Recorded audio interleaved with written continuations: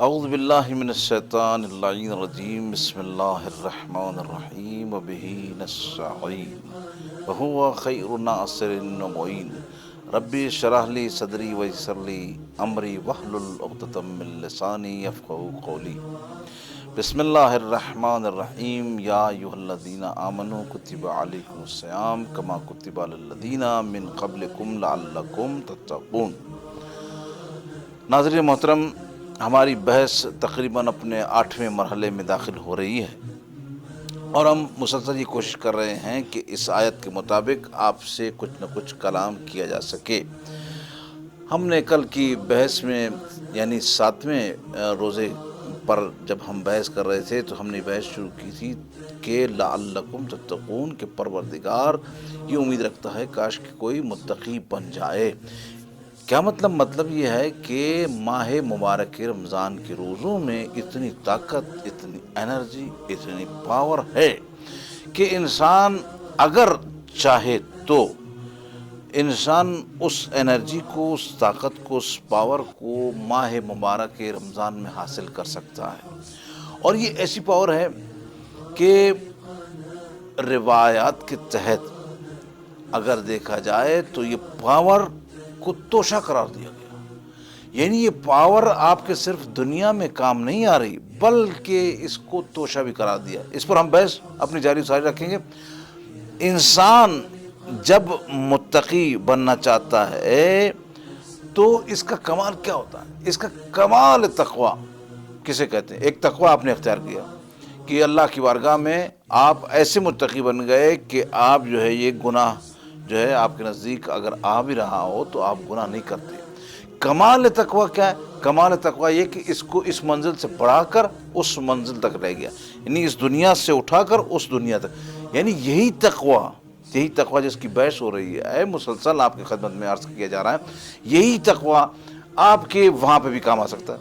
مثلا میں اپنے کسی اولاد سے کہوں کہ یہ بیٹا یہ پیسے رکھ لو، یہ تم جس ملک میں جا رہے ہو وہاں پہ کام آئیں گے، اور وہ بیٹا جو ہے میرا پیسے رکھ لیتا ہے، اس کا مطلب یہ ہوا کہ اس کا مطلب پیسے وہاں پہ جب خرچ کیے، آپ کو ضرورت پڑی، آپ نے ویزا لینا تھا یا آپ نے جو کچھ خریداری کرنی تھی، جب خرچ کیے تو آپ کو پتہ چلا کہ یار یہ تو بابا نے اچھی چیز دی تھی۔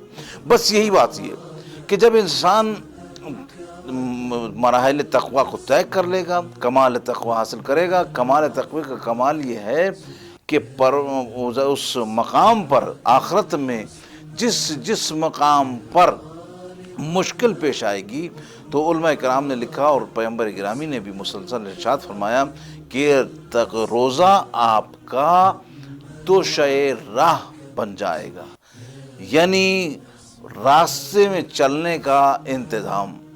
راستے میں انسان جب سفر پہ جاتا ہے تو مختلف انتظامات کرتا ہے، مختلف چیزیں رکھتا ہے تاکہ راستے میں کسی قسم کی پریشانی نہ ہو۔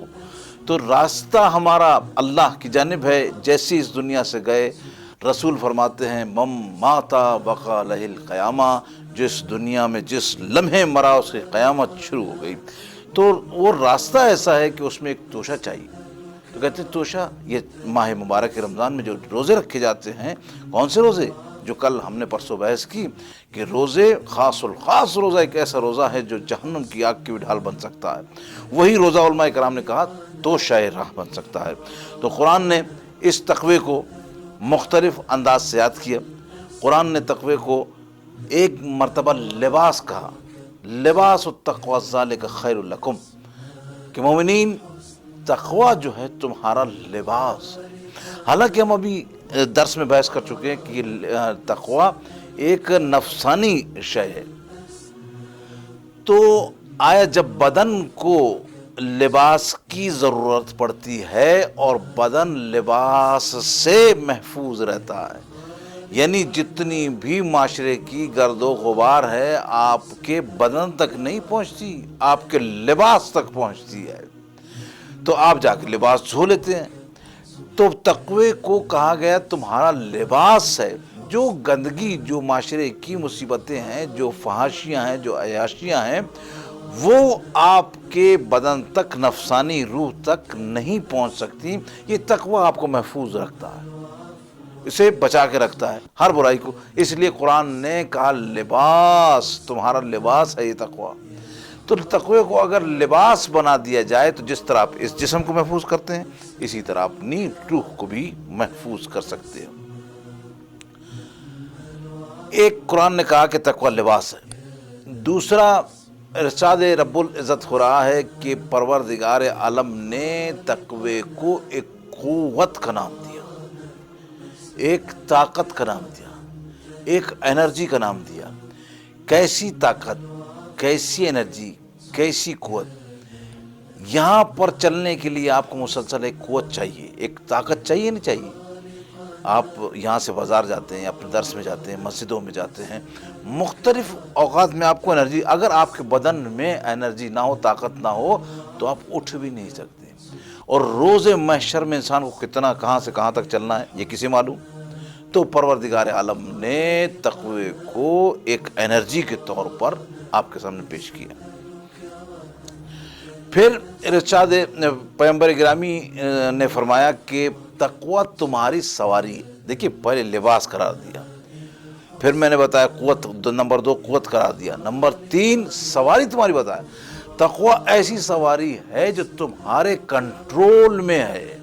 کنٹرول کا کیا مطلب ایک سواری بدک جاتی ہے تو آپ کو کہیں سے کہیں لے جاتی ہے، لیکن ایک ایسی سواری جو تمہارے کنٹرول میں ہے، تم اسی کو کنٹرول کرتے ہوئے تم اچھے، اور یہ ایسی سواری ہے جو تمہیں مستقیم لے جائے گی جنت تک۔ تو تقوی کو سواری قرار دیا اور متقی کو سوار کے طور پہ یاد کیا حدیث نے، کہ متقی ایسا سوار ہے کہ جس کے یہ سواری کنٹرول میں ہے اور یہ اس کو جنت تک لے جا کے چھوڑے گی۔ نمبر 4 تقوی ایمان کی علامت ہے۔ اگر آپ کے اندر پیدا ہو گیا، اندر کی بات ہے، یہ کیفیت کی بات ہے، یہ ظاہر بینی کی بات نہیں ہو رہی کہ میرے ہاتھ میں تسبیح آپ دیکھیں تو کہیں متقی ہے۔ ایمان کی علامت، جس کے اندر تقوی موجود ہے اس کے اندر ایمان موجود ہے۔ اور تقوی نمبر 5 پر میں آپ کی خدمت میں عرض کروں اور اپنے درس کو تمام کروں، یہ نور الہی ہے۔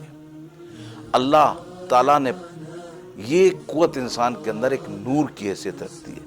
سارے علوم آپ اس کے ذریعے سے صحیح طور سے حاصل کر سکتے ہیں۔ اس سے زیادہ میں کچھ ناظرین محترم کہنا نہیں چاہتا۔ سارے علوم، آج اگر ایک عالم ہے اور عالم معاشرے میں بدکار ہوتا ہے تو اس لیے کہ اس میں تقوی نہیں ہے۔ تو ہر شے کو تقوی انسان کے اندر اپلائی کرتا ہے۔ وہ ایک ایسا نور ہے جو علم کو آپ کے اندر لے کر آئے گا، آگاہی کو آپ کے اندر لے کر آئے گا، پاکیزگی کو آپ کے اندر لے کر آئے گا۔ تو پروردگار کی بارگاہ میں دعا کرتے ہیں، پروردگار ہمیں ایسا جیسا پروردگار نے چاہا ہے، جیسے تو نے چاہا ہے متقی انسان بنے، ایسا متقی بننے کی توفیق عطا فرما۔ والسلام علیکم ورحمۃ اللہ وبرکاتہ۔